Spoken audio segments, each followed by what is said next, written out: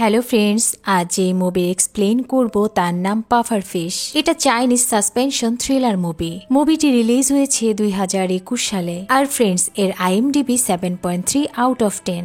এখানে দেখানো হয় জিয়াং নামের মেয়েটি তার অফিসের ডিপার্টমেন্ট ম্যানেজারের কাছে রেপ হয়। এমনকি একসময় জিয়াং সেই ধর্ষককে বিয়ে করে ফেলে, কিন্তু কোনো এক কারণেই জিয়াং এর সেই হাজবেন্ডকে হত্যা করা হয়। আর তার মৃত্যুর হাতিয়ার পাফার ফিশ। ফ্রেন্ডস, কে বা কোন কারণে জিয়াং এর হাজবেন্ডকে মারা হয়েছিল সেই ক্রিমিনাল আর মুভির ইন্টারেস্টিং হিস্টোরিটা জানতে ফুল ভিডিওটা দেখতে থাকুন। আর ফ্রেন্ডস, মুভির এন্ডে দারুণ টুইস্ট রয়েছে। তো চলুন মুভির এক্সপ্লেন শুরু করা যাক। মুভির শুরুতেই অচেনা দুজন মানুষকে দেখানো হয়, আর এরা একজন অন্যজনকে পিটিয়ে মেরে ফেলছে। সিন শিফট হয় আর কারাগারে বন্দী অবস্থায় জিয়াংকে দেখানো হয়। তাকে পুলিশ ভ্যানে করে কোর্টে নিয়ে যাওয়া হচ্ছে, কিন্তু কেন? মুভির পরের সিনটি দেখানো হয় কোর্টে, আর তাকে তার নিজের হাজবেন্ড মুয়াংকে হত্যার অপরাধে অ্যারেস্ট করা হয়। আর আজ তার শুনানির দিন ছিল। তবে জিয়াং কেনই বা তার হাজবেন্ডকে হত্যা করেছে সেটাই ছিল মুভির ইন্টারেস্টিং স্টোরি। আসামি জিয়াং এর বিপক্ষের আইনজীবী ডেভিড সে মামলার মেইন পার্টটি জজকে জানায়। তিনি বলে পারিবারিক তুচ্ছ বিষয় নিয়ে আসামি জিয়াং তার হাজবেন্ডকে মেরেছে। জিয়াং 2019 সালের 5 এপ্রিল ইন্টারনেটে সার্চ করে পাফার ফিশ টেট্রোডক্সিনের তথ্য। টেট্রোডক্সিন পাফার ফিশের ভিতরে থাকা এক ধরনের পয়জন বা বিষ। এই প্রুফ উকিলের কাছে রয়েছে। এমনকি 9 তারিখে জিয়াং 15 গ্রাম টেট্রোডক্সিনের একটি বোতল অনলাইনে অর্ডার করে। এর 7 দিন পর প্রোডাক্টটি হাতে পায়, আর জিয়াং সেটি ইনজেকশনের মাধ্যমে জুসের ভিতরে ঢুকিয়ে দেয় আর জুসটিকে ফ্রিজে রেখে দেয়। পরদিন দুপুরে ভিকটিম মুয়াং ফ্রিজ খুলে সেই জুসটি পান করে, আর 1 ঘন্টার মধ্যে মুয়াং এর মৃত্যু হয়ে যায়। যখন মুয়াং মারা যায় জিয়াং বাড়িতে ছিল না। বাসায় এসে জিয়াং সাথে সাথে পুলিশকে ইনফর্ম করে, আর তখনই পুলিশ তার বাড়িতে চলে আসে। এমনকি তদন্ত পরিচালনার জন্য public security bureau criminal investigation ঘটনাস্থলে ছুটে যায়। সেখানে জিয়াংকে জিজ্ঞেস করা হলে সে স্বীকার করে জুসে টেট্রোডক্সিন সেই দিয়েছে। সমস্ত প্রমাণ কালেক্ট করে তারপর জিয়াংকে অ্যারেস্ট করা হয়। ডেভিড জিয়াংকে জিজ্ঞেস করে কেন সে টেট্রোডক্সিন কিনেছে। জিয়াং জানায় সে তার লাইফ নিয়ে খুব ডিপ্রেসড ছিল, তাই নিজের মৃত্যুর জন্য এটা কিনেছে। জিয়ানের উকিল লুয়ান বলে তার হাজবেন্ড ভুলবশত জুসটি পান করে, আর এটাই তার মৃত্যুর কারণ। তখন ডেভিড বলে তাহলে কেন সে তার ল্যাপটপ থেকে সার্চ করা সমস্ত টেট্রোডক্সিনের তথ্য ডিলিট করে দিয়েছে। এমনকি সে তার এক ফ্রেন্ডকে কল দিয়ে এই পয়জনের ব্যাপারে ইনকোয়ারি করেছে। সে জানতো মুয়াং জুসটি পান করবে, আর তাই সে ইচ্ছাকৃতভাবে এই প্ল্যান করেছে। আদালত তখন 10 মিনিটের জন্য বিরতি দেয়, আর এই 10 মিনিটে ডেভিডের এক ফ্রেন্ড ইউশিকাই, আর সে নিজেও একজন উকিল, ডেভিডকে জিয়াং এর কিছু পাস্ট জানায়, যেটা ডেভিড আদালতের সামনে সবাইকে বলে। ডেভিড বলে ভিকটিম মুয়াং এর আইডেন্টিতে কিছু ফল্ট আছে, সে তো আসলে মুয়াং নাও হতে পারে। সবাই কিছুটা অবাক হয়, আর জজ ডেভিডকে সবকিছু স্পষ্ট করে জানাতে বলে। ডেভিড বলে আজ থেকে 6 বছর আগে আসামি জিয়াং জুইচ্যাং নামের এক ছেলের কাছে রেপ হয়, আর সেই জুইচ্যাং ভিকটিম মুয়াং এর সেম কপি। আর সেই কেসে জিয়াং এর উকিল ছিল আমার ফ্রেন্ড ইউশিকাই। আর ডেভিড আদালতের কাছে এই বিচারের জন্য সময় চায়, এই মামলার সম্পূর্ণ তদন্ত করার জন্য। তাই আদালত এখন বিচার বন্ধ রাখে। পরের সিনে দেখানো হয় ডেভিড আর ইউশিকাই একসাথে। ডেভিড বলে মুয়াং আর জুইচ্যাং যদি একই লোক হয় তাহলে কেন সে জিয়াংকে রেপ করেছিল, আর র্যাপিস্টকে জিয়াং কেনই বা বিয়ে করেছে। তারপর আবার এই হত্যা। ইউশিকাই বলে এখনই শিওর হচ্ছ কেন, এটা তো নাও হতে পারে। দুজন আলাদা হওয়াটা স্বাভাবিক। ডেভিড বলে আমি ডিএনএ টেস্টের জন্য পাঠিয়েছি। তারপর তারা একটা রেস্টুরেন্টে চলে আসে। তখন ইউশিকাই জানায় 6 বছর আগে জিয়াং যখন রেপ হয় তখন সে নিজে থেকে পুলিশকে ইনফর্ম করেনি, এটা অন্য কেউ ছিল, তাও আবার কোনো পুরুষ। আর তাই বিষয়টা আদালত পর্যন্ত আসে, কিন্তু সে কে তা জানা যায়নি। কিন্তু তখন জুইচ্যাং এর উকিল ছিল লুয়ান। সে জুইচ্যাংকে নির্দোষ প্রমাণ করতে চেয়েছিল, শুধু তাকে একটা মিথ্যা বলতে হতো যে জিয়াং এর সাথে তার রিলেশন ছিল। কিন্তু জুইচ্যাং এটা করেনি, সে তার দোষ স্বীকার করে, আর তাই জুইচ্যাং এর 4 বছরের সাজা হয়। কিন্তু ওই সময় লুয়ান জুইচ্যাং এর উকিল ছিল, আর এখন সে জিয়াং এর উকিল। সব কথা শুনে ডেভিডের কিছুটা খটকা লাগে। ডেভিড বলে যে তাকে রেপ করেছে তাকে আবার কিভাবে বিয়ে করে, এটা তুমি কি করবে? ইউশিকাই অ্যান্সার দেয়, না, এটা আমি কখনোই করব না। তখনই ডেভিডের কাছে মেইল আসে মুয়াং এর ডিএনএ রিপোর্টের। এদিকে দেখানো হয় লুয়ানের অফিসে পুইকুন নামের এক লোক আসে তার সাথে জিয়াং এর ব্যাপারে কথা বলতে। তখন পুইকুন সেখানে স্মোক করার জন্য পারমিশন চায়, আর লুয়ান তখন তার নিজের লাইটারটি বের করে দেয়। ফ্রেন্ডস, এই লাইটারে রয়েছে ইন্টারেস্টিং কিছু। পুইকুন বলে, আমি ছাড়া জিয়াং এর আর কোনো বন্ধু ছিল না, আমি জুই চ্যাংকেও জানি। 6 বছর আগে সেই ঘটনার রাতে আমি নিজে কার ড্রাইভ করে ওদের দুজনকে এক হোটেলে নিয়ে যাই, কিন্তু তারা দুজনই খুব মাতাল অবস্থায় ছিল, আর জুই চ্যাং এই সুযোগটাই কাজে লাগায়। জুই চ্যাং আমাকে সেখান থেকে বের করে দেয়। লুয়ান বলে, এত বছর পর এই কথা কেন আমাকে বলছেন? পুইকুন বলে, জিয়াং ছাড়া পাবে তো। পরের সিনে দেখানো হয় রিপোর্ট নিয়ে ডেভিড সেলে আসে জিয়াং এর সাথে দেখা করতে। ডেভিড জিয়াংকে দুটি ছবি দেখায়, আর জিয়াং দুটি ছবিরই আলাদা আলাদা আইডেন্টি বলে, আর এদের মধ্যে একজন তার স্বামী মুয়াং আর একজন জুই চ্যাং ডেভিডকে জানায়। ডেভিড বলে, এটা মিথ্যা, এরা দুজনই একই মানুষ, আর ডিএনএ রিপোর্ট তাই বলছে। ডেভিড আরো বলে, আপনি জুই চ্যাংকে কিভাবে জানেন? জিয়াং বলে, আমরা একই কোম্পানিতে কাজ করতাম, সে আমার ডিপার্টমেন্ট ম্যানেজার। ডেভিড বলে, তার সাথে আপনার কোনো রিলেশন ছিল? তখন জিয়াং রেগে যায় আর ডেভিডকে বলে, এটা 6 বছর আগের কথা আর এটা ক্লোজ, কেন এখন আমাকে অপমান করছেন? আমি ধর্ষিত হয়েছি তা জানতে আমি কখনো আমার র্যাপিস্টকে বিয়ে করব না। পরদিন ডেভিড জিয়াং এর ব্যাপারে কথা বলতে জিয়াং এর উকিল লুয়ানের কাছে আসে আর 6 বছর আগের কেসের ব্যাপারে কথা বলে। লুয়ান ডেভিডকে বলে, সেই সময় জুই চ্যাং নিজের দোষ স্বীকার করে, আর তাই আমি তাকে আর নির্দোষ প্রুফ করতে পারিনি। এরপর থেকে তার সাথে আমার আর কখনোই দেখা হয়নি। ডেভিড লুয়ানকে বলে, আমার কাছে জিয়াং এর আচরণ অস্বাভাবিক মনে হয়। তখন লুয়ান বলে, হতে পারে, আমি তার আইনজীবী হিসেবে সেরাটাই দেওয়ার চেষ্টা করব, আর আপনিও তাই করবেন। তখন ডেভিড বলে, আপনি কি জানেন মুয়াং আর জুই চ্যাং একই ব্যক্তি? লুয়ান বলে, দেখুন, আমার মক্কেল এই হত্যার সাথে জড়িত না, ভিকটিম নিজে থেকেই নিহত হয়েছে। ডেভিড আবারও বলে, জুই চ্যাং জিয়াংকে রেপ করেছে। কয়েক বছর পর কেন সেই নারী আবারও তার র্যাপিস্টকে বিয়ে করবে? তাদের মধ্যে যদি ভালোবাসাই ছিল, তাহলে কেন জিয়াং তার লাইফ নিয়ে ডিপ্রেসড হয়ে মৃত্যুর পথ বেছে নিয়েছে? বিষয়টা কিন্তু অনেক ভাবার।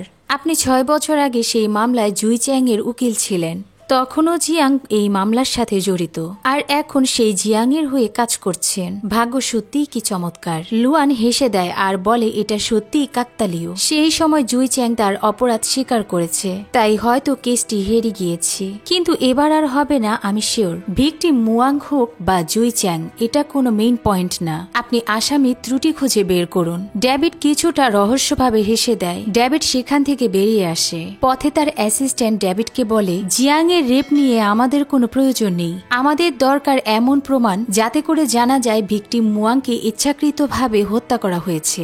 ডেভিড বলে, পৃথিবীতে কোনো কিছুই হঠাৎ হয় না, তাতে কোনো রহস্য থাকে, আর আমাদের সেই রহস্যই বের করতে হবে। আমাকে জানতে হবে গত 6 বছরে জিয়াং আর জুই চ্যাং এর কি কি হয়েছে। এমন সময় ইউশিকাই ডেভিডকে কল দেয়, আর জুই চ্যাং যেই জেলে ছিল তার অ্যাড্রেস দেয়। ডেভিড তখনই সেই জেলে চলে আসে আর এক অফিসারের সাথে জুই চ্যাং এর ব্যাপারে কথা বলে। অফিসার জানায়, কোনো এক কারণে জুই চ্যাং এখানকার এক আসামির সাথে অনেক মারামারি করে, আর তখন জুই চ্যাং এর একটা পা ভেঙে যায়। তখন ডেভিড অফিসারের কাছ থেকে অ্যাড্রেস নিয়ে সেই আসামির কাছে চলে আসে যার সাথে জুই চ্যাং এর মারামারি হয়েছিল। লোকটি জানায় তার নাম হুয়াং। হুয়াং বলে, জুই চ্যাং একটা বাজে ক্যারেক্টারের ছেলে, সে জেলে একটা পেন্টিং করেছিল, আর সব সময় সেই পেন্টিংটি নিজের কাছে লুকিয়ে রাখে। একদিন আমি জোর করে দেখতে চাইলে সে আমাকে আঘাত করে, আর তখনই তার সাথে আমার ফাইটিং শুরু হয়ে যায়, আর এতে করে জুই চ্যাং এর একটা পা ভেঙে যায়। ডেভিড জানতে চায় কি পেন্টিং। হুয়াং বলে, একটি মেয়ে। তখন ডেভিড নিজের ফোন থেকে জিয়াং এর ছবিটি হুয়াংকে দেখায়। তখন হুয়াং বলে, না, এটা সে না, সে তো দেখতে একদমই অন্যরকম ছিল। ডেভিড হুয়াং এর কাছে জানতে চায় জেল থেকে বেরোনোর পর আর কখনো জুই চ্যাং এর সাথে তার দেখা হয়েছে কিনা। হুয়াং বলে, একদিন এক পেডিকিউ ক্লাবের সামনে তাকে দেখেছে, আর সে ওই পেডিকিউ ক্লাবে জব করে, কারণ ওই ঘটনার পর তার কোথাও আর চাকরি হচ্ছিল না। তারপর হুয়াং এর দেয়া লোকেশন নিয়ে ডেভিড ওই পেডিকিউ ক্লাবে চলে আসে। সেখানকার ম্যানেজার জানায় জুই চ্যাং এখানে খুব ভালো কাজ করেছিল, তার কাজে খুশি হয়ে একজন মহিলা ক্লায়েন্ট সব সময় এখানে সময় কাটাতেন। ডেভিড তখনই ম্যানেজারকে জিয়াং এর ছবিটি দেখায় আর সে হ্যাঁ বলে। ম্যানেজার বলে এই ক্লায়েন্ট সবসময় এখানে ড্রিঙ্কস করে আসতো। পরদিন আবারও ডেভিড জিয়াং এর সাথে দেখা করতে আসে। জিয়াংকে জিজ্ঞেস করলে জিয়াং বলে যিনি মারা গেছে সে জুই চ্যাং। ডেভিড বলে আপনি নামের খেলা বন্ধ করুন, মুয়াং আর জুই চ্যাং একই ব্যক্তি। আমি জানতে পেরেছি জুই চ্যাং জেল থেকে ছাড়া পাওয়ার পর একটা পেডিকিউ ক্লাবে কাজ নেয় আর আপনি ডেইলি মাতাল হয়ে সেখানে যেতেন। তখন জিয়াং কল্পনায় ডেভিডকে জানায় প্রথম যেদিন সে জুই চ্যাংকে দেখে সে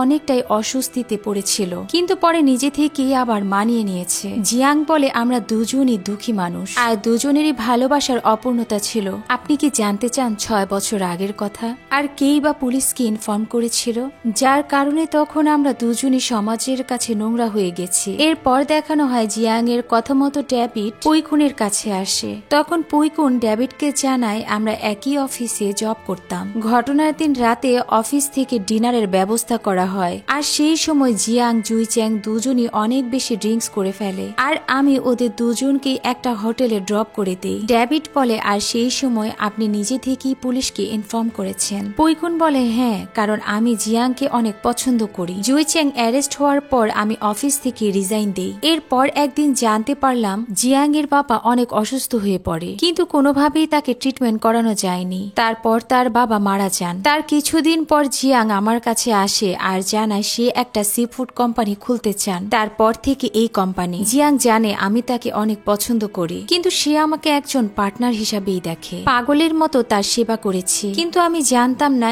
এর আগেই সে জুই চ্যাং এর সাথে দেখা করেছিল। আমি সত্যিই বুঝি না যে লোক তাকে রেপ করেছে কিভাবে তার কাছে সে যেতে পারে।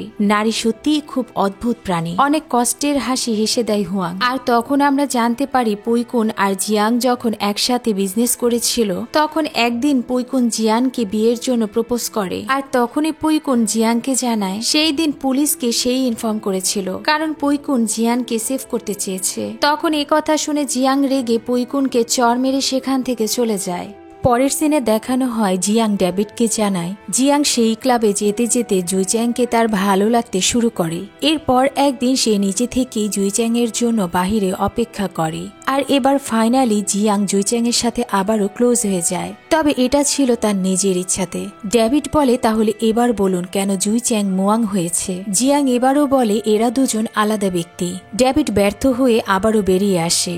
এমন সময় ইউশিকাই ডেভিডকে কল দেয় আর বলে তার হাতে এমন কিছু ক্লু আছে যেটা দেখে জুই চ্যাং এর সমস্ত সত্যতা ক্লিয়ার হয়ে যাবে। এর পরদিন ছিল কোর্ট। ডেভিড জুই চ্যাং এর ডিএনএ জজকে দেখায় আর মুয়াং জুই চ্যাং একই ব্যক্তি সেটা সবাইকে বলে। আর সেখানে মুয়াং নামের এক ব্যক্তিকে সাক্ষী হিসাবে হাজির করা হয়। আসলে তিনিই ছিলেন আসল মুয়াং। লোকটিকে জিজ্ঞেস করা হলে তিনি বলেন এই মহিলা আমার আইডি কার্ডটি টাকা দিয়ে কিনে নেয়। ডেভিড সাক্ষী ব্যক্তিকে বলে আপনি কি তার হাজবেন্ড? লোকটি লজ্জা পেয়ে বলে আরে না।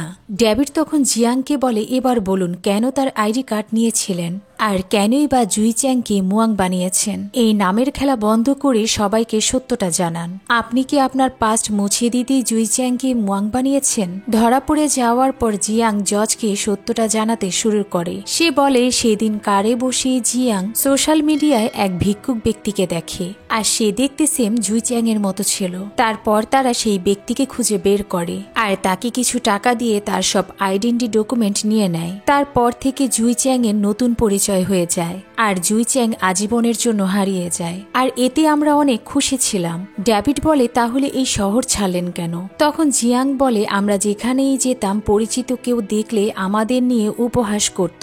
এই লজ্জা থেকে শহর ছাড়ার সিদ্ধান্ত।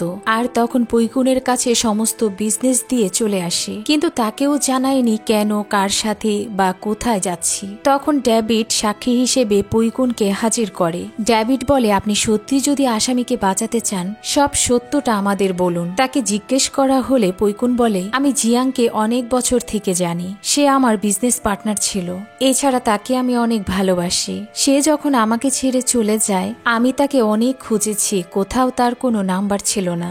আমি পাগল হয়ে গেছি প্রায়। একদিন যখন তার পার্সোনাল কার্ডটি ইউজ করে হঠাৎ তখন সৃষ্টিকর্তার সাহায্যে আমি সেই লোকেশনটি পেয়ে যাই, কারণ অনেক আগে থেকেই তার কার নাম্বারটি ট্র্যাক করা ছিল আর লোকেশন অনুযায়ী সেখানে সেখানে চলে আসি, কিন্তু তখন আবারও সিগন্যাল অফ হয়ে যায়। আমি জিয়াংকে একবার দেখার জন্য একই জায়গায় বেশ কয়েকদিন রাত কাটাই। খুব ক্লান্ত হয়ে পড়ি, আশা হারিয়ে ফিরে আসার সিদ্ধান্ত নিই। এমনই সময় হঠাৎ জুইচ্যাংকে সেখানে দেখি। আমি খুব অবাক হয়ে যাই, তারপরও আমি তার পিছু করতে থাকি। আর ফাইনালি এসে যা দেখি তাতে আমার ভাষা হারিয়ে যায়। জিয়াং, সে এরই জন্য সবকিছু ছেড়ে চলে এসেছে যে তাকে রেপ করেছিল। জুইচ্যাং যখন চলে যায়, পৈকুন তখন দোকানের ভিতরে ঢুকে পড়ে আর জিয়াংকে বলে, তুমি কি জুইচ্যাংকে বিয়ে করলে?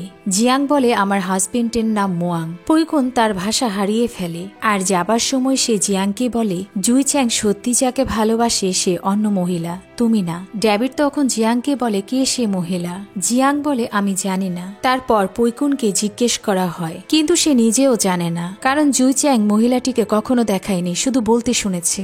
এরপর জিয়াং একদিন পৈকুনকে কল দেয় সেই মহিলার কথা জানতে, কারণ জিয়াং জুইচ্যাংকে কারো সাথে হেসে হেসে কথা বলতে দেখে ফেলে। এই সন্দেহ করেই জিয়াং পৈকুনকে কল দিয়েছিল, আর তখন জিয়াং প্রেগনেন্ট ছিল। তারপর কোর্টে জিয়াং বলা শুরু করে। একদিন রাতে জুইচ্যাং জিয়াংকে মিথ্যা বলে বাহিরে বের হয়। তখন জিয়াং তাকে ফলো করে আর সেও একই জায়গায় চলে আসে। তখন জিয়াং জুইচ্যাং এর গাড়ি থেকে এক মহিলাকে নামতে দেখে, কিন্তু ব্যাকসাইডে থাকাতে জিয়াং মহিলাটির ফেস দেখতে পায়নি। মানসিক কষ্টে এতটাই আঘাত পায় জিয়াং, যার কারণে সেখানেই তার মিসক্যারেজ হয়ে যায়। ডেভিড বলে, আপনি কি তখনই ডিসাইড করেছিলেন জুইচ্যাংকে হত্যা করার? এমন সময় আবারও কোর্ট স্থগিত করা হয়। এদিকে ডেভিড লুয়ানের বাড়িতে আসে তার সাথে দেখা করতে, আর দেয়ালে লাগানো পেন্টিংগুলো দেখতে থাকে। কিন্তু লুয়ান সেখানে ছিল না। লুয়ান আসে জিয়াং এর সাথে দেখা করতে। লুয়ান জিয়াংকে বুঝিয়ে বলে নেক্সট কোর্টে তাকে কিভাবে অ্যান্সার দিতে হবে, নয়তো তাকে সেভ করা যাবে না। এর পরদিন আবারও কোর্ট শুরু হয়, আর সেদিন জিয়াং আদালতে জানায় তার মিসক্যারেজের পরদিনই আবারও জুইচ্যাং তাকে জোর করে রেপ করে, কারণ সে শারীরিকভাবে অনেক অসুস্থ ছিল। লুয়ান জজকে বলে, ইচ্ছের বাহিরে কোনো মেয়ের সাথে ক্লোজ হলে তাকে রেপই বলে, আর সে এটা অপরাধ করেছে। ডেভিড জানায় এটা আইনের চোখে কোনো অপরাধ হতে পারে না। আসলে জিয়াং তার হাজবেন্ডের রিলেশন দেখে ক্ষিপ্ত হয়ে তাকে হত্যা করে। ডেভিড তখন জিয়াংকে বলে, জিয়াং, আপনি কি জানতে চান কে সেই মহিলা ছিল যার কারণে আজ আপনি আসামি? জিয়াং ডেভিডের দিকে তাকিয়ে থাকে।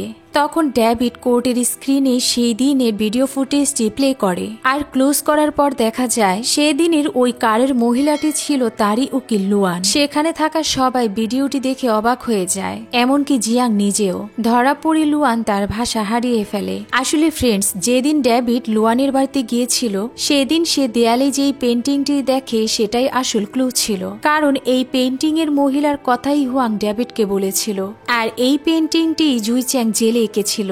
তার মানে জুইচ্যাং এর আসল লাভার লুয়ানই ছিল।